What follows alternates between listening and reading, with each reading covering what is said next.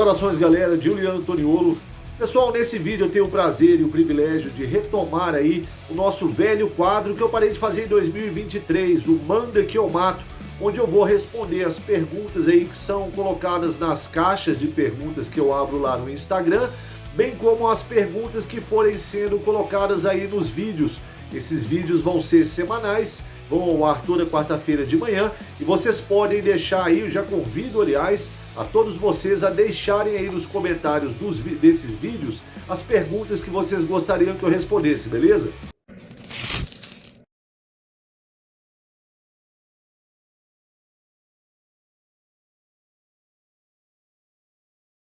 Bom, essas duas primeiras perguntas estão relacionadas. A primeira delas aí quer saber qual a camuflagem que eu prefiro e a outra está pedindo para eu fazer um vídeo mostrando aí as camuflagens que eu tenho na minha coleção. Bom, existe uma playlist aqui no meu canal chamado Camuflagens, onde eu já falei sobre todas elas. Já mostrei as camuflagens pixelizadas, as camuflagens digitalizadas, né? Enfim, as mais tradicionais também. Então, caso vocês tenham curiosidade para saber quais as camuflagens aí que eu tenho que fazem parte da minha coleção de uniformes, é só vocês checarem nessa playlist de camuflagens e vocês vão poder aí ver todas essas camuflagens, todos esses reviews que eu já fiz aí ao longo dos anos mostrando a minha coleção. Agora, em se tratando de qual camuflagem é a minha preferida, olha, eu diria que existem duas que eu tenho usado basicamente há muito tempo. A primeira dela é a clássica e tradicional Woodland M81.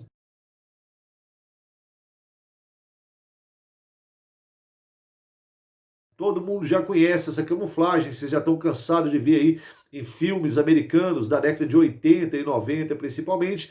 Foi a camuflagem que os Estados Unidos utilizou para as Forças Armadas, para todos os ramos das Forças Armadas, né, Marinha, Exército e Aeronáutica, durante praticamente toda a década de 80 e a década de 90. Depois, a partir dos anos, dos anos 2000, eles mudaram os padrões de camuflagem, aí, inseriram aí as camuflagens pixelizadas, que são boas também, mas em se tratando de camuflagem antiga, eu prefiro, como eu já falei então, a Woodland M81, porque é uma camuflagem muito boa, clássica, e ela funciona muito bem no ambiente de selva.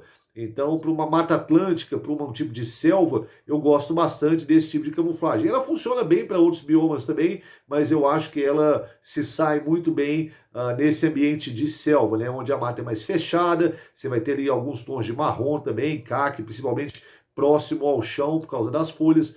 Então, na minha opinião, são biomas que a gente tem aqui no Brasil, onde essa camuflagem vai se sair bem.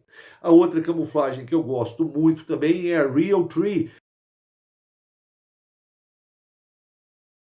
A Real Tree não é uma camuflagem militar, é uma camuflagem de caça. Já existem também vídeos no meu canal onde eu falo dessa camuflagem, né, da Real Tree, e ela tem um diferencial muito grande das outras camuflagens. E ela é chamada de uma camuflagem 3D, porque ela cria uma ilusão de profundidade. Na criação dessa camuflagem, eles utilizaram fotos reais aí de árvores e folhas e sobrepuseram essas fotos de forma que a vegetação que está mais na frente, ela fica em destaque e a que está mais atrás acaba ficando fora de foco, o que é o efeito que a gente tem mesmo quando a gente olha para o mato. Aquilo que está na nossa frente a gente vai ver em destaque e o que está lá atrás fica fora de foco. Então ela cria esse efeito quase como que se você pudesse ver através dela. Eu vou dizer para vocês, ela funciona muito bem em ambiente de mata, pelo menos aqui no Cerrado. Eu vou mostrar algumas fotos aí em que eu apareço utilizando essa camuflagem, vocês vão perceber aí que basicamente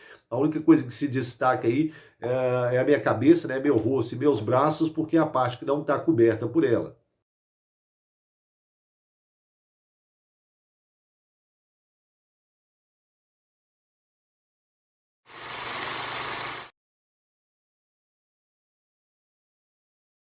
Cara, essa pergunta agora eu deixei para o final porque é uma pergunta bastante interessante. Se eu percebo se existe alguma animosidade entre os praticantes de bushcraft e sobrevivencialistas, né? Eu acredito que é isso que ele quis dizer ali na pergunta, deve ter digitado errado.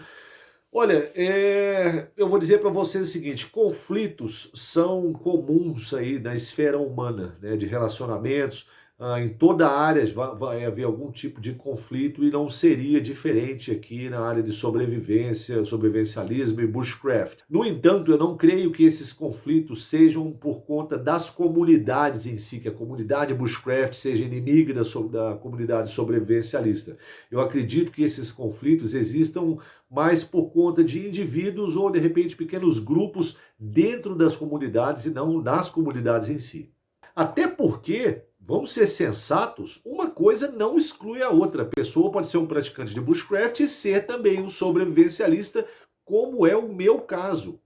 A única questão é que eu não trabalho essa parte do sobrevivencialismo, né, aqui no YouTube. Eu trabalho com sobrevivência em ambientes naturais hostis, que é outra coisa. Aliás, a galera confunde muito o termo sobrevivencialismo com sobrevivência em ambientes naturais hostis. A grosso modo, sobrevivencialismo diz respeito ao cenário de crise que vai envolver uma cidade, uma região, um bairro, um país ou mesmo um continente. Aí nós tivemos exemplos de pandemias, guerras, enfim, greves de policiais, greves de caminhoneiros, todos esses cenários que vão causar uma disruptura dentro da sociedade. Então é um cenário de crise muito maior, muito mais abrangente, ao passo que o cenário de sobrevivência em ambientes naturais hostis, que é um dos meus focos principais aqui no canal, vai tratar de uma crise muito pontual, de um indivíduo ou de um pequeno grupo que se viu aí numa situação de sobrevivência no meio da mata.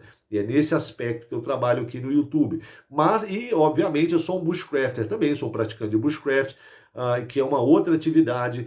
E todas essas três, tanto o bushcraft quanto a sobrevivência em ambientes naturais hostis e o sobrevivencialismo, apesar de serem áreas distintas, obviamente elas vão ter aspectos que se perpassam, aspectos que se cruzam e são aspectos comuns a todas elas, mas são áreas distintas. Para ilustrar um pouco desse conflito, eu me lembro alguns anos atrás de polêmicas que surgiram aí por conta de falas ou de uma pessoa ou de outra.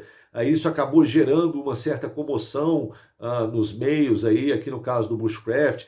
Algumas pessoas se levantaram indignadas, mas eu vou falar para vocês, eu particularmente eu não tenho essa questão bairrista de levantar a bandeira do bushcraft sagrado e vamos combater o sobrevivencialismo. Eu acho isso uma bobagem, esse tipo de rivalidade, eu acho uma bobagem absoluta. Eu creio que as duas coisas se completam, se complementam. O bushcraft, na minha opinião, pode sim ser um plano Z numa abordagem tanto de sobrevivência em ambientes naturais hostis, quanto na abordagem do sobrevivencialismo. Isso é o que eu faço como praticante de bushcraft, como um dos principais divulgadores das artes mateiras aqui no Brasil.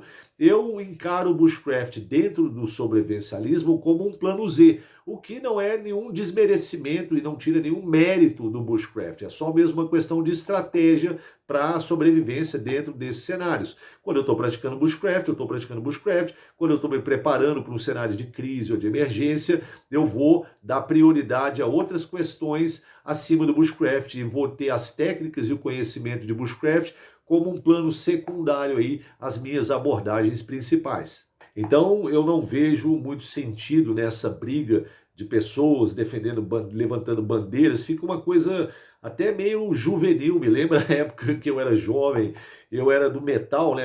Era headbanger, né?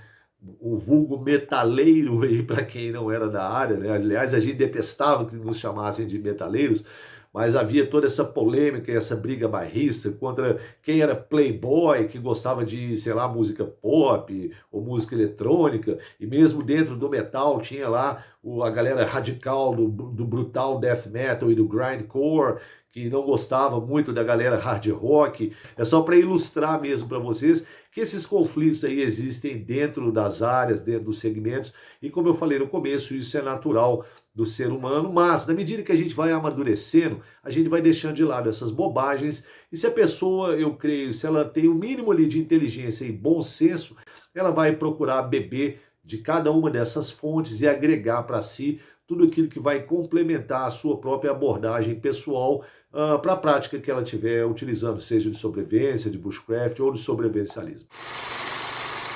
Então, nesse vídeo de hoje, nesse primeiro vídeo de hoje, eu queria basicamente responder essas perguntas aí. Eu vou tentar fazer mais ou menos isso aqui, Em cada vídeo desse eu vou falar sobre 3 perguntas, vou responder 3 perguntas aí que são feitas nessas caixas de perguntas que eu abro lá no Instagram. Uma vez por mês eu vou abrir essas caixas de perguntas para poder trazê-las aqui e respondendo cada uma delas aí na medida que as semanas forem passando. 3 de cada vez, beleza?